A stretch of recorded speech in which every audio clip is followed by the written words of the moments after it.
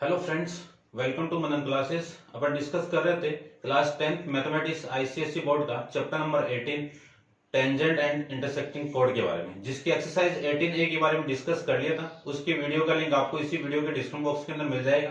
पहले आप उस वीडियो को देखिए और फिर आप एक्सरसाइज 18B के वीडियो पे आइए। चलिए स्टार्ट करते हैं। 18B के इंट्रोडक्शन के अंदर आपकी थ्योरम, तो इसमें सबसे पहले आपकी थ्योरम 12 के बारे में अपन डिस्कस करें। इस 12 वाली थ्योरम में आपको गिवन क्या वो देखिए, if two code of a circle, यानी दो कोड गिवन है, तो सर्किल तो आपको गिवन ही है, ये लीजिए सर्किल है। इंटरसेक्ट इंटरनली, क्या कर रही है, इंटरसेक्ट कर रही है इंटरनली, तो ए कोड तो आपकी ये होगी और ए कोड आपकी ये होगी।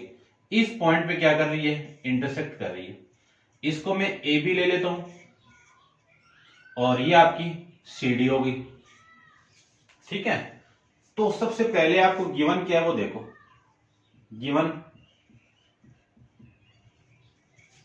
गिवन है कि two code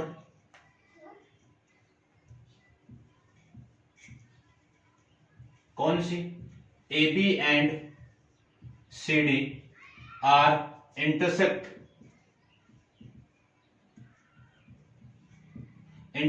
at point P inside the circle, ये आपको गिवन है, ठीक है। उसके बाद में आपको प्रूफ क्या करना है वो देखो। प्रूफ करना है कि the product of the length of their segment is equal to, यानी इन दोनों का प्रोडक्ट, इसका और इसका प्रोडक्ट और इसका और इसका प्रोडक्ट, ये आपस में क्या होने चाहिए, इक्वल होने चाहिए। यानी क्या लिख सकता हूं मैं, P A into P B equal to P C, या पी डी कर दो, P D into P C, ठीक है। एक ही बात है, उल्टा भी आप कर सकते हो। अब छोटी सी इसमें कंस्ट्रक्शन कर देता हूं मैं।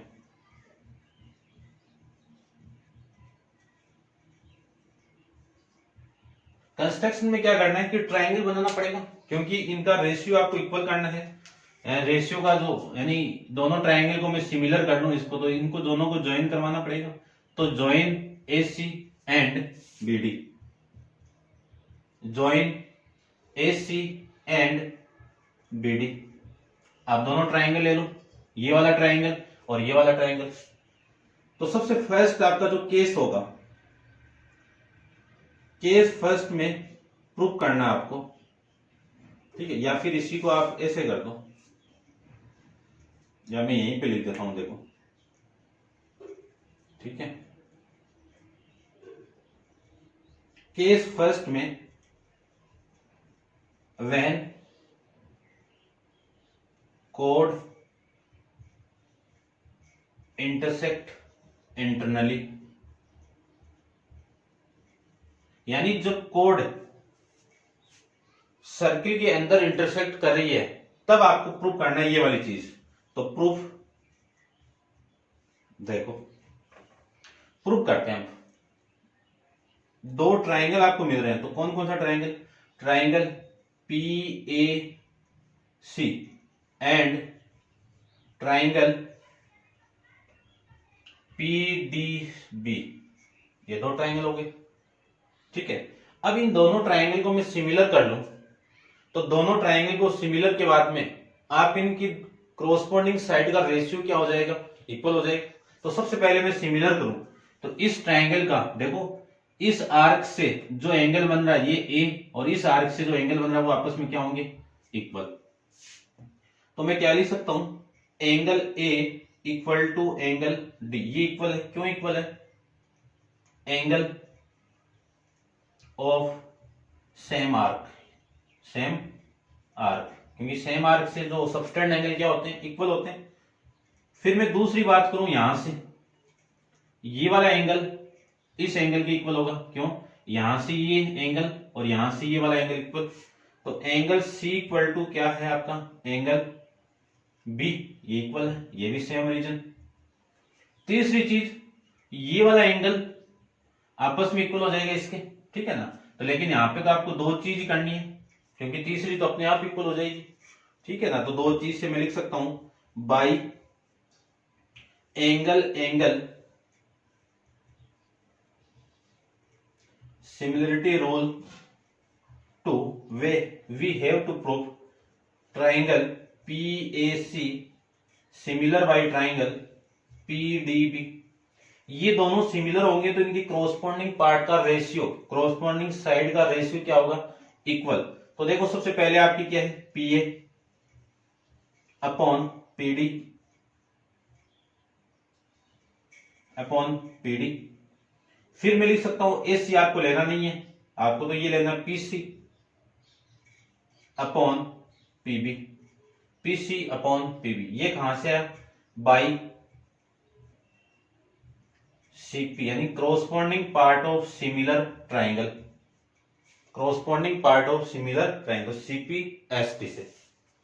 अब इन दोनों को मैं क्रॉस मल्टीप्लाई करवा दूं, तो देखो इनको मैं क्रॉस मल्टीप्लाई करूं तो कितना लिख सकता हूं मैं, ये तो इधर मल्टीप्लाई, ये इधर multiply, PA into PB equal to PC into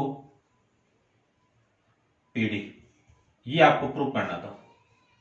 तो ये था आपका फर्स्ट, जब सर्किल की दो कोड सर्किल के अंदर इंटरसेक्ट कर रही है तो उन कोड से जो इंटरसेक्ट करने के बाद में जो पार्ट मिल रहे हैं सेगमेंट के, लेंथ के सेगमेंट मिल रहे हैं, वो आपस का उन दोनों का मल्टीप्लाई आपस में क्या होते हैं, इक्वल होते हैं। ये था आपका फर्स्ट पार्ट। अब मैं सेकंड पार्ट की बात करूं तो सेकंड में क्या है आपकी, यहां पे देखो कि जब दोनों कोड एक्सटर्नली क्या कर रहे हैं, इंटरसेक्ट कर रहे हैं, एक्सटर्नली इंटरसेक्ट करेंगे तो आपको डायग्राम बाहर बनाना पड़ेगा। थ्योरम के कंसेप्ट को ध्यान रखना है, क्वेश्चन में डायरेक्ट अप्लाई होगा, तो इसको मैं डायरेक्ट अप्लाई करूंगा यहाँ पे। तो ये मैं हटा देता हूं, देखो पूरा सेम ही आपका, बस यहाँ पे क्या करना है आपको कि दो कोड है वो बाहर जाके क्या कर रही है, इंटरसेक्ट कर रही है। ये लीजिए, ये आपका सर्किल है, यहां से एक कोड आ रही है और एक कोड यहां से आ रही है, ये इस पॉइंट पे क्या कर रही है, आपकी इंटरसेक्ट कर रही है। तो PAB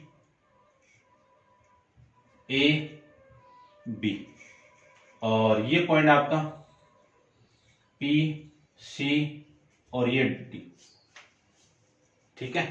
अब आपको करना क्या है, इसमें ध्यान रखना, सेम ही आपको क्या है, गिवन में सेम लिखना है कि टू कोड AB and CD intersect at point P, यानी AB और CD। चलो मैं एक काम करता हूं, इसको ऐसे कर देता हूं, ये आपका A हो गया, ये B हो गया, इसको मैं C और D ले लेता हूं। अब देखो AB को मैं आगे की तरफ इंक्रीज यानी प्रोड्यूस करूं और CD को मैं प्रोड्यूस करूं, तो इस P पॉइंट पे क्या कर रही है, मीट कर रही है।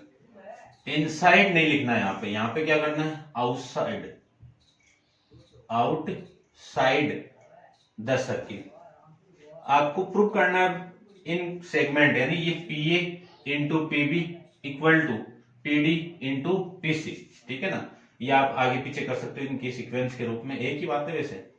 ये लीजिए, अब कंस्ट्रक्शन में सेम ही ज्वाइन AC, तो ज्वाइन करवा दीजिए।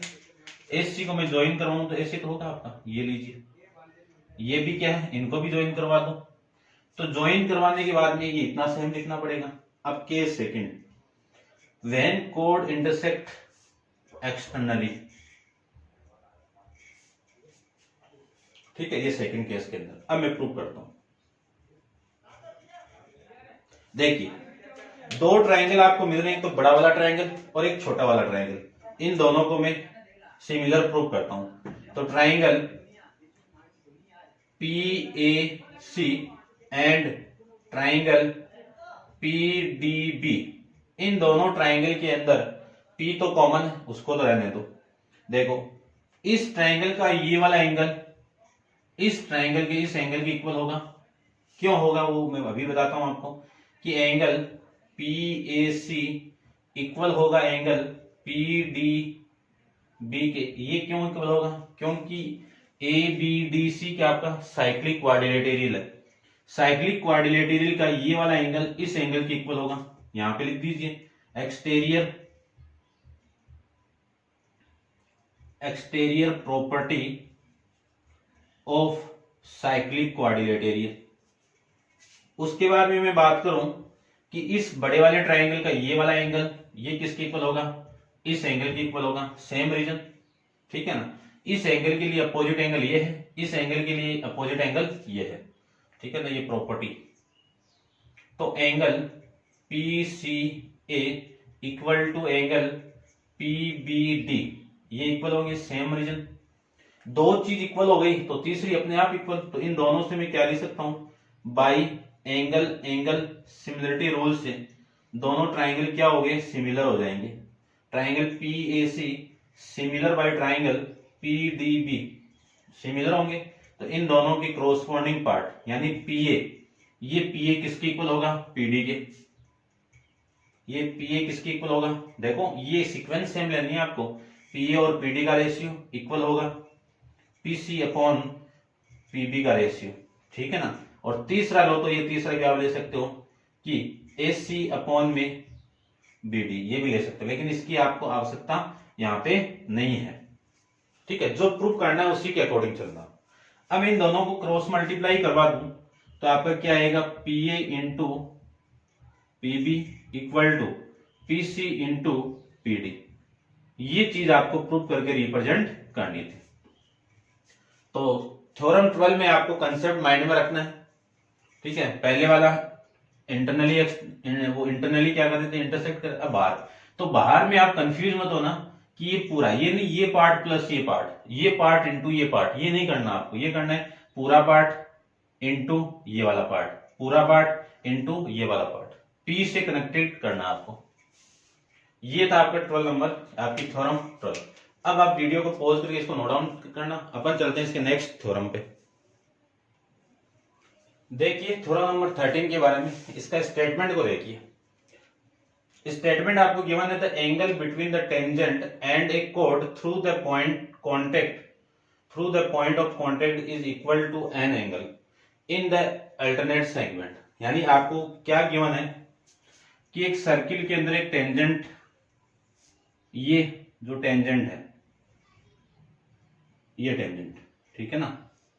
इस टेंजेंट का नाम ले लेता हूं मैं P और ये आपका Q ले लेता हूं। PQ एक टेंजेंट है आपकी। इस टेंजेंट से इस पॉइंट से एक कोड अपन ड्रॉ करेंगे, ये लीजिए कोड, ठीक है। थोड़ा सा मैं, ये कोड है। इस कोड का और इस टेंजेंट का जो एंगल बन रहा है, देखो क्या लिखा हुआ है कि the angle between the tangent and the code, ये तो है। ये एंगल किससे यानी किसके इक्वल होगा, through the point of contact is equal to angle in the alternate segment. यानी इस सेगमेंट से एंगल सबस्टेंड होगा इस सर्कम्फ्रेंस पे वो, यानी इसको तो छोड़ दीजिए, इस आर को, इसके अपोजिट कौन सी अल्टरनेट आर कौन सी है, ये। इससे जो एंगल आपका सबस्टेंड होगा वो होगा ये आपको प्रूव करके रिप्रेजेंट करना है कि ये एंगल आपका इक्वल है, यानी ये वाला एंगल इस एंगल के इक्वल है। तो इसको मैं A ले लेता हूं, ये आपका B हो गया और ये आपका C हो गया, ठीक है। अब देखो इस एंगल को मैं 1 ले लूं तो ये एंगल आपका कौन सा हो गया, 2 हो जाएगा। तो गिवन के अंदर आप लिख देना, सबसे पहले आपको गिवन लिखना है, बुक में आपको गिवन है लिख देना। फिर प्रूफ क्या करना है, प्रूव करना है, देखो एंगल 1, यानी आपको एक्चुअली के थ्रू मैं लिख भी देता हूं साथ में, यानी प्रूव करना है एंगल BAQ ये इक्वल होना चाहिए किसके, A या BAC कर दो, BCA इसके इक्वल होना चाहिए, ठीक है। या फिर मैं इसी को ऐसे भी लिख सकता हूं, एंगल 1 इक्वल टू एंगल 2, बात है कि मैंने वहां पे लेट कर रखा है। अब प्रूव करता हूं, तो प्रूफ के अंदर देखिए ध्यान से,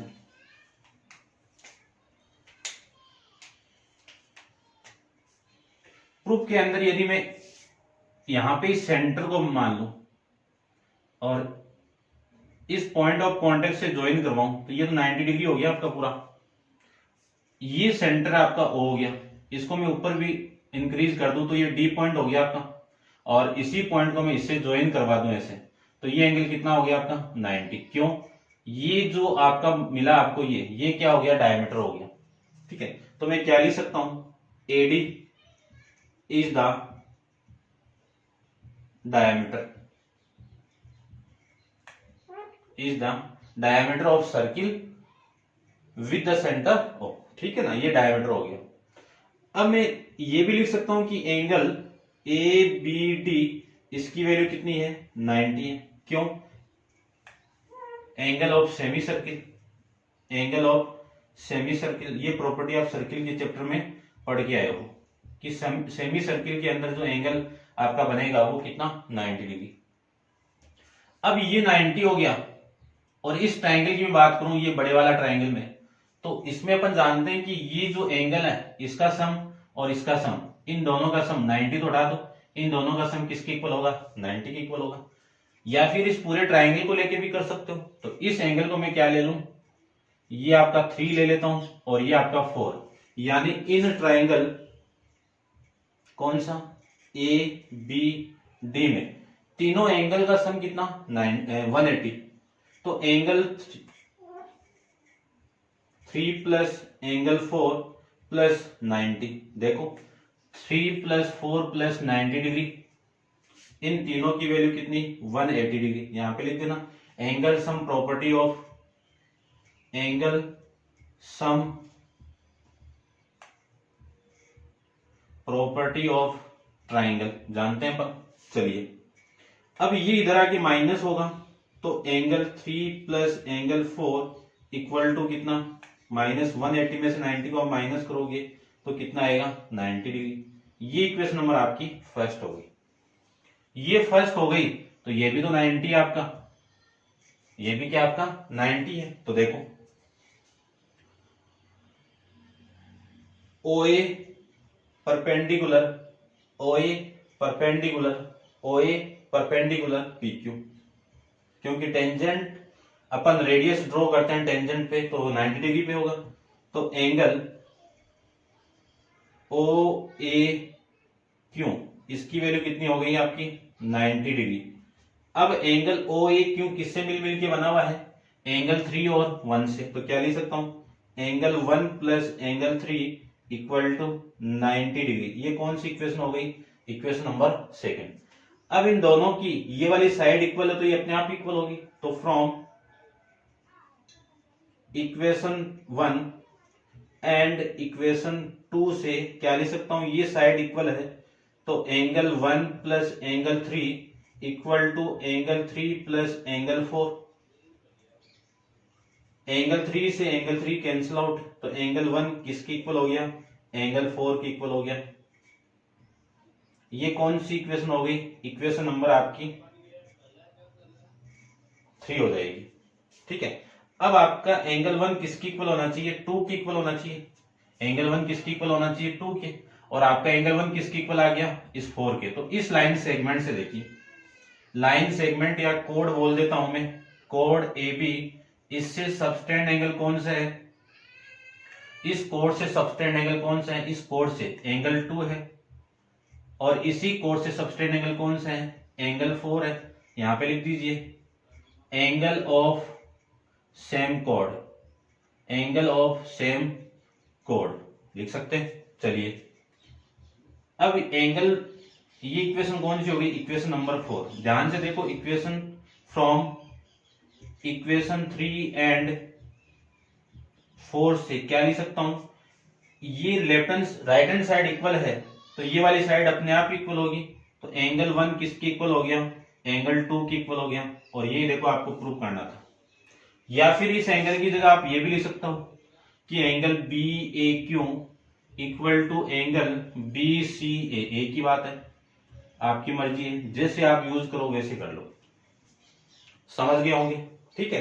अब अपन इसका, ये जरूरी नहीं ये लाइन सेगमेंट इससे बने, देखो इस लाइन सेगमेंट से ये एंगल भी बन सकते हैं और इसी लाइन सेगमेंट से आपका ये वाला एंगल भी बनेगा। यदि ये लाइन सेगमेंट से मैंने ये ड्रॉ किया है इधर, तो इसका अपोजिट ये एंगल इसके इक्वल होगा, और मैंने अब ये ड्रॉ किया है, तो ये वाला एंगल किसके इक्वल होना चाहिए, इस लाइन, ये पूरा एंगल के इक्वल होना चाहिए। ये आपको अब प्रूव करना है, ठीक है। तो इस एंगल को मैं क्या ले लूं, ये एंगल 5 हो गया और ये 6, यानी एंगल 5 इक्वल टू एंगल 6 आपको प्रूव करना है। ये फर्स्ट केस में था और ये सेकंड केस में था, वैसे भी आ सकता है। तो अब ध्यान से देखो, जो ये आपकी PQ लाइन है, PAQ is a straight line, और स्ट्रेट लाइन पे जो एंगल आपका मेड होगा वो क्या है, एंगल 1 प्लस एंगल 5, इन दोनों का सम किसके इक्वल, 180 डिग्री। क्यों, लीनियर पेयर है दोनों। ये कौन सी इक्वेशन हो गई, इक्वेशन नंबर आपकी 5 हो गई। अब उसके बाद में मैं बात करूं कि ये पॉइंट आपका कौन सा हो गया, E ले लेता हूं। तो देखो ACBE,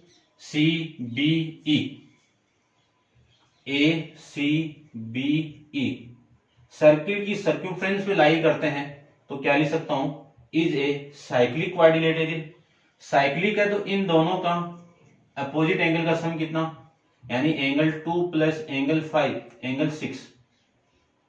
एंगल 6, ये किसके इक्वल हो जाएगा आपका, इन दोनों का सम किसके इक्वल, 180 डिग्री। क्योंकि जानते हैं कि साइक्लिक क्वाड्रिलेटरल के अंदर अपोजिट एंगल का सम सप्लीमेंट्री होता है। ये प्रूव करके आए इससे पिछले वाले चैप्टर में। ये इक्वेशन हो गई आपकी इक्वेशन नंबर 6।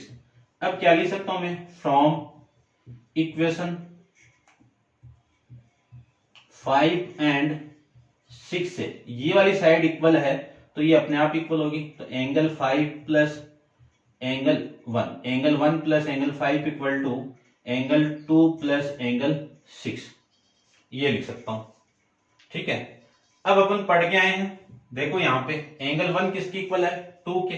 तो इस 1 की जगह मैं यहां से क्या लिख सकता हूं, ये आपकी ए ले लेता हूं इक्वेशन, ठीक है ना। एंगल 1 की वैल्यू कितनी पुट करता हूं, angle 2 plus angle 5 equal to angle 2 plus angle 6। ये कहां से, फ्रॉम इक्वेशन ए से। एंगल 2 से angle 2 cancel out, remaining value angle 5 equal to angle 6। ये आपको प्रूव करके रिप्रेजेंट करना था। समझ गए होंगे दोनों कंसेप्ट, आपको डायरेक्ट आपकी क्वेश्चन में अप्लाई होगा। आपको माइंड में रखना है इस कंसेप्ट को, दोबारा समझ लीजिए। देखो, एक यदि आप सर्किल को ड्रॉ करोगे तो इस सर्किल से एक जो टेंजेंट आपने ड्रॉ की है, इस टेंजेंट से इस पॉइंट ऑफ कांटेक्ट से आपको एक कोड बनानी है। इस कोड से ये एंगल यदि ड्रॉ हो रहा है तो ये एंगल किसके इक्वल होगा, इस एंगल के इक्वल होगा। यदि इस कोड से ये एंगल आप ड्रॉ करोगे तो ये वाला एंगल किसके इक्वल होगा, इस एंगल के इक्वल होगा। ये ध्यान में रखना, ठीक है। अब आप वीडियो को पॉज करके इसको नोट डाउन कीजिए। अपन चलते हैं इसके नेक्स्ट थ्योरम। थ्योरम नंबर आपकी है 14 पे। देखिए थ्योरम नंबर 14 के बारे में। थ्योरम 14 में आपको स्टेटमेंट क्या गिवन है वो देखिए।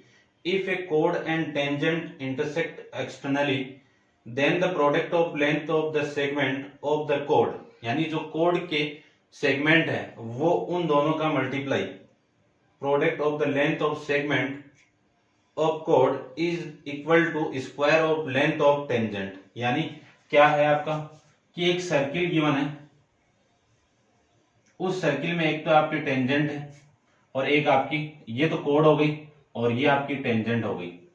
ये इंटरसेक्ट कर गई इस P पॉइंट पे। इसको मैं ले लेता हूं आपका A आपका और ये B। इस AB को मैंने एक्सटेंड किया तो P पॉइंट तक आपकी लेंथ हो गई।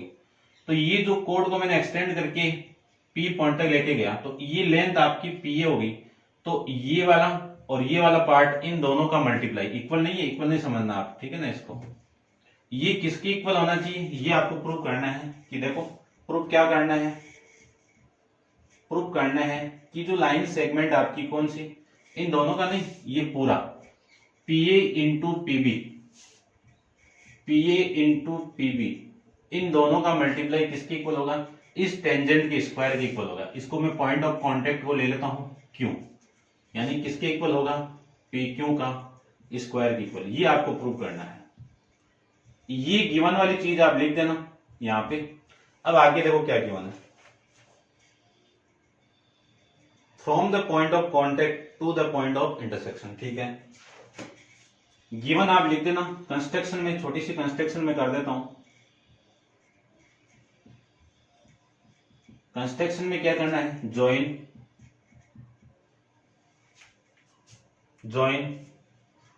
ए क्यू एंड बी क्यू, इन दोनों को ज्वाइन करवा देना है। देखो इन दोनों को मैं ज्वाइन करवाऊं तो ऐसे करवा देते हैं इसको, ये लीजिए और ये एक ज्वाइन, तो यहां से आपके दो ट्राइंगल मिल रहे हैं। अब प्रूव कर लेते हैं। ट्राइंगल मिल गया आपको। कौन कौन सा ट्राइंगल, उन्हीं को ले लीजिए। Triangle P A Q and triangle P Q B, इन दोनों ट्राइंगल के अंदर देखो ये टेंजेंट लाइन है आपकी, ये टेंजेंट लाइन है। इस टेंजेंट लाइन से यहां से एक कोड मैंने ड्रॉ किया, ये वाली, ये वाला एंगल किसके इक्वल होगा, इस एंगल के इक्वल होगा। अभी डिस्कस करके आए हैं कि एंगल ए, या पूरा लिख देता हूं मैं, पी ए बी क्यों, ये इक्वल होगा एंगल पी क्यू बी के। क्यों इक्वल होगा, बाय थ्योरम 13 के अकॉर्डिंग कि अल्टरनेट सेगमेंट से जो सबटेंड एंगल होते हैं वो इक्वल होगा किसके, टेंजेंट से जो एंगल बनेगा उससे। ठीक है ना, एक चीज तो ये हो गई। फिर इसका एंगल P और इसका एंगल P, ये दोनों क्या होंगे, इक्वल, कॉमन है दोनों। ये लीजिए, दो चीज मैंने यहां पे क्या कर ली, इक्वल कर ली। तो लिख सकते हैं by angle similarity rule we have proof triangle PAQ similar by triangle PQB। ये सिमिलर हो गए तो इनके कॉरस्पॉन्डिंग पार्ट का रेशियो क्या होगा, इक्वल। तो PA equal to PA upon में PQ इक्वल टू, जो चाहिए उसी को लेना है, ये वाली साइड लेनी है और ये वाली लेनी है। ठीक है ना, तो PQ अपॉन में PB, ये कहां से आया आपका, बाई CPST से आ जाएगा। क्रॉस मल्टीप्लाई करवाओगे आप तो PA इंटू PB का मल्टीप्लाई किसके इक्वल, PQ, और PQ का मल्टीप्लाई करोगे तो PQ स्क्वायर। ये आपको प्रूव करना था। ये भी थ्योरम बहुत इंपॉर्टेंट है, ध्यान में रखना। ठीक है, ये तीन थ्योरम नंबर आपकी 12, 13 और 14, इन्हीं का क्वेश्चन के यानी इन्हीं का कंसेप्ट आपके हर क्वेश्चन के अंदर अप्लाई हो जाएगा। तो इनको आपको माइंड में रखना है। सॉल्यूशन मैंने आपको बता दिया, एग्जाम में आपको डायरेक्ट भी पूछी जा सकती है। तो ये था एक्सरसाइज 18B के इंट्रोडक्शन के बारे में। एक्सरसाइज बी के क्वेश्चन के बारे में अपन नेक्स्ट वीडियो के अंदर डिस्कस करेंगे। तो आज के लिए इतना ही। Thank you.